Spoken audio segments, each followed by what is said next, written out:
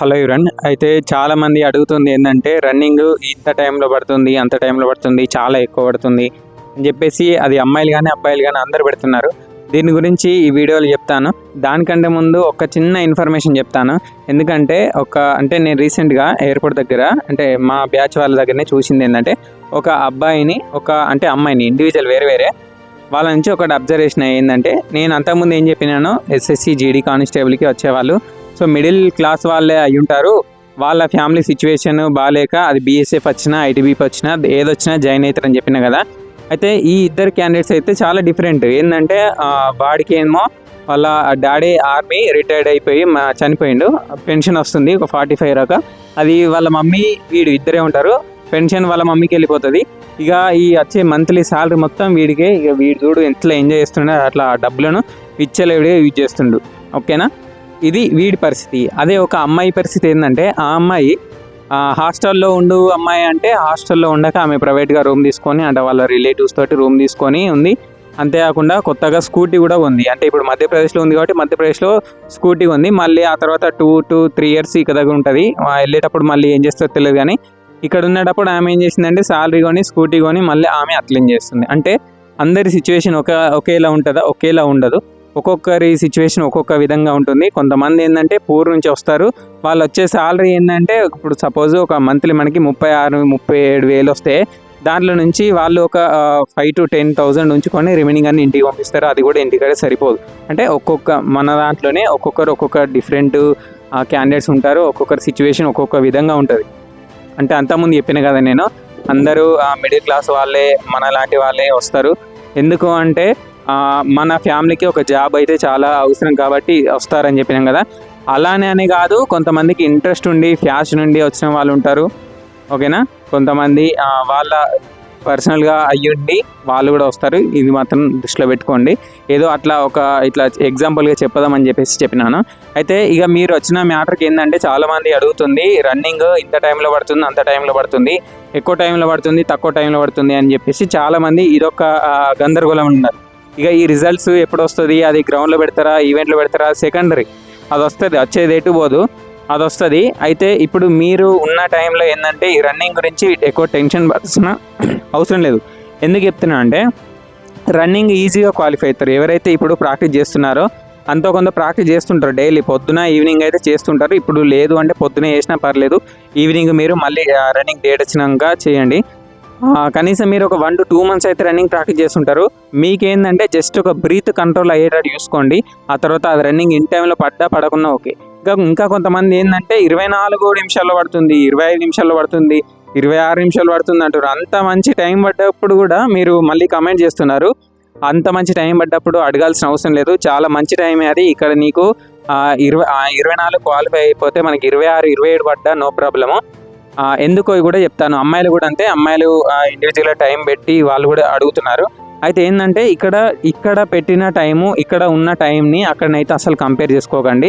అక్కడ ఏంటంటే అక్కడ ఉండే మళ్ళీ ఆ వెదరు అక్కడ ఉండే సిచ్యువేషన్ వేరు. ఎందుకంటే అందరితో పాటు మనం రన్నింగ్ ప్రాక్టీస్ చేస్తున్నప్పుడు మనకంటే ముందు ఒక 4 ఉన్నారు అంటే వాళ్ళని క్రాస్ చేయడానికి మనం ప్రయత్నిస్తాం. అవునా, వాళ్ళని దాటేయాలి అనే ఒక ఇంటెన్షన్ ఉంటుంది. మనకంటే వెనకాల చాలామంది ఉన్నారనుకో, అప్పుడు మనకు ఒక హోప్ వచ్చేసి ఇంకొంచెం ముందుకు వెళ్ళడానికి ట్రై చేస్తాము. అదే కాకుండా మనమే వెనక ఉన్నాం అనుకో, అప్పుడు ఇంకొక థాట్ కూడా వస్తుంది, నాకంటే అందరు ఇంకా ముందున్నారు, నేను ఎలాగైనా సరే ఉరకాలి, వాళ్ళు మనలాగానే కదా, నేను ప్రాక్టీస్ చేసినాను, నా ప్రాక్టీస్ మొత్తం ఇక్కడ నేను ఇంప్లిమెంట్ చేస్తాను అని చెప్పేసి మనం అక్కడ ఉరకడానికి ట్రై చేస్తాం. ఎందుకంటే అక్కడ ఉండే మోటివేషన్ వేరు, అక్కడ ఉండే సిచ్యువేషన్ వేరు. ఆ మోటివేషన్ తోటి మీరు ఈజీగా క్రాక్ చేస్తారు. అసలు దాని గురించి మీరు వర్రీ అవ్వాల్సిన అవసరమే లేదు. 5 km గురించి కానీ అమ్మాయిలు 1.6 km గురించి కానీ. అక్కడ ఏంటంటే మళ్ళీ మనకి లాస్ట్ ఒక 200 meters మాత్రము మీది కాదు అనుకోండి. అంటే ఆ 200 meters మాత్రము అసలు నేను ఎందుకు వచ్చినాను, అసలు నాకు ఈ జాబ్ ఎందుకు అవసరము, ఓకేనా, ఇవన్నీ తలుచుకొని ఆ 200 meters మాత్రం పరిగెత్తిస్తే సరిపోతుంది. ఇక రిమైనింగ్ అంతా నో ప్రాబ్లం. రిమైనింగ్ అంతా అందరు ప్రాక్టీస్ చేస్తారు, అందరూ రన్నింగ్ పరిగెత్తుతారు. ఒక 200 లాస్ట్కు 250 meters నువ్వు మాత్రం చూసుకో, అంతే, నువ్వు గిట్టిన అయిపోతావు. దానికోసం ఏం చేయాలంటే ఇప్పటి నుంచి ప్రాక్టీస్ చేసేటప్పుడు లాస్ట్ ఒక 200 to 250 meters ఏంటంటే నువ్వు ఫాస్ట్గా పరిగెత్తడానికి ట్రై చేయి, స్ప్రింట్ కొట్టడానికి ట్రై చేయి. అదే అమ్మాయిలు 1.6 kilometers సేమ్ అంతే. మీరు కూడా అంతే, ఒక లాస్ట్ 150 to 200 మీటర్స్ ఫాస్ట్గా స్ప్రింట్ కొట్టడానికి ట్రై చేయండి, ఈజీగా క్లియర్ అయిపోతారు. ఇక రిజల్ట్ గురించి వచ్చినట్లయితే ఖచ్చితంగా మనకి ఈ మంత్లోనే రిజల్ట్ అయితే వస్తుంది. అది ఎప్పుడైనా చెప్పలేము, ఎందుకంటే ఇప్పుడు రీసెంట్గా మనకి ఒక నోటీస్లో ఏంటంటే ఈ ఎస్ఎస్సి అంటే sub inspector Delhi police and CAPF sub inspector result అయితే ఇవ్వడం జరిగింది.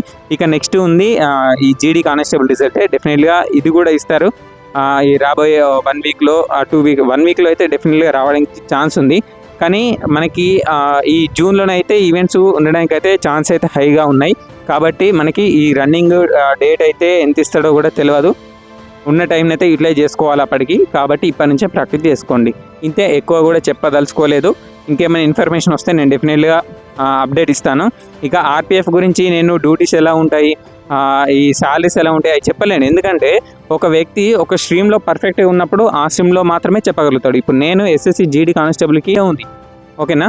సో నాకు ఎస్ఎస్సి జీడీ కానిస్టేబుల్ మీద ఐడియా ఉంది, ఎందుకంటే నేను ఇప్పుడు ప్రజెంట్ వర్క్ చేస్తున్నాను కాబట్టి నాకు ఐడియా ఉంది. అదే ఒకవేళ ఆర్పిఎఫ్ గురించి శాలరీ ఎట్లుంటుంది, డ్యూటీస్ ఎట్లుంటాయి అంటే నేను నేను చెప్పలేను. చెప్పినా కానీ నేను ఎక్కడో తెలుసుకొని మాత్రమే చెప్తాను. కానీ క్లాసెస్ మాత్రం నేను చెప్పగలను. క్లాసెస్ మాత్రము నాలెడ్జ్ మాత్రము అది మన దగ్గర ఉంటుంది, మనం చదువుకుంటే వస్తుంది. క్లాసెస్ మాత్రము నేను చేయడానికి అయితే ట్రై చేస్తాను. కానీ ఆర్పిఎఫ్ ఇన్ఫర్మేషన్, ఆర్పిఎఫ్ శాలరీస్ అయితే మీరు ఫర్దర్గా చూసుకోవడానికి ట్రై చేయండి. కానీ ఏంటంటే RPF constable equals to CSF constable same. CSF constable duties ఏ విధంగా అయితే 8 గంటలు ఉంటాయో ఆర్పిఎఫ్ కానిస్టేబుల్ 8 గంటలు ఉంటాయి. ఇక్కడ మనకి 13 నెలల శాలరీ వస్తుంది. 12 నెలలతో పాటు 1 నెల ఎక్స్ట్రా శాలరీ ఏ విధంగా అయితే సిఎస్ఎఫ్లో వస్తుందో మనకి ఆర్పిఎఫ్లో కూడా 1 నెల ఎక్స్ట్రా వస్తుంది. లీవ్స్ అలాగే ఉంటాయి, వీక్లీ ఆఫ్ అలాగే ఉంటుంది. సేమ్ టు సేమ్ మనకైతే ఆర్పిఎఫ్ కానిస్టేబుల్ ఎలా ఉంటుందో సిఎస్ఎఫ్ కానిస్టేబుల్ అలా ఉంటుంది. ఇక నెక్స్ట్ మీకు ఎస్ఎస్సి జీడీ కానిస్టేబుల్ మళ్ళీ ఆగస్ట్ 27, 24 ఇంకో నోటిఫికేషన్ ఉంది. దానికి కూడా ప్రిపేర్ కండి, ఎందుకంటే ఈ నోటిఫికేషన్ మనకి కంప్లీట్ అయ్యేసరికి ఆ ఎగ్జామ్ అయిపోతుంది. అప్పుడు మీకు ఒక ఐడియా వచ్చేస్తుంది. ఆ స్కోర్ తోటి నేను ఇప్పుడు వచ్చిన జాబ్ను వదులుకొని మళ్ళీ రన్నింగ్ ప్రాక్టీస్ చేసుకోవాలా అని చెప్పేసి అప్పటికి మీకు ఒక ఐడియా వచ్చేస్తుంది. కాబట్టి ఇప్పటి నుంచి అయితే ప్రాక్టీస్ చేసుకుంటూ ముందుకెళ్ళండి, విజయం మన వెంట వస్తుంది, ఓకేనా. ఇది అయితే నేను తెలుసుకున్న మ్యాటరు. Thank you.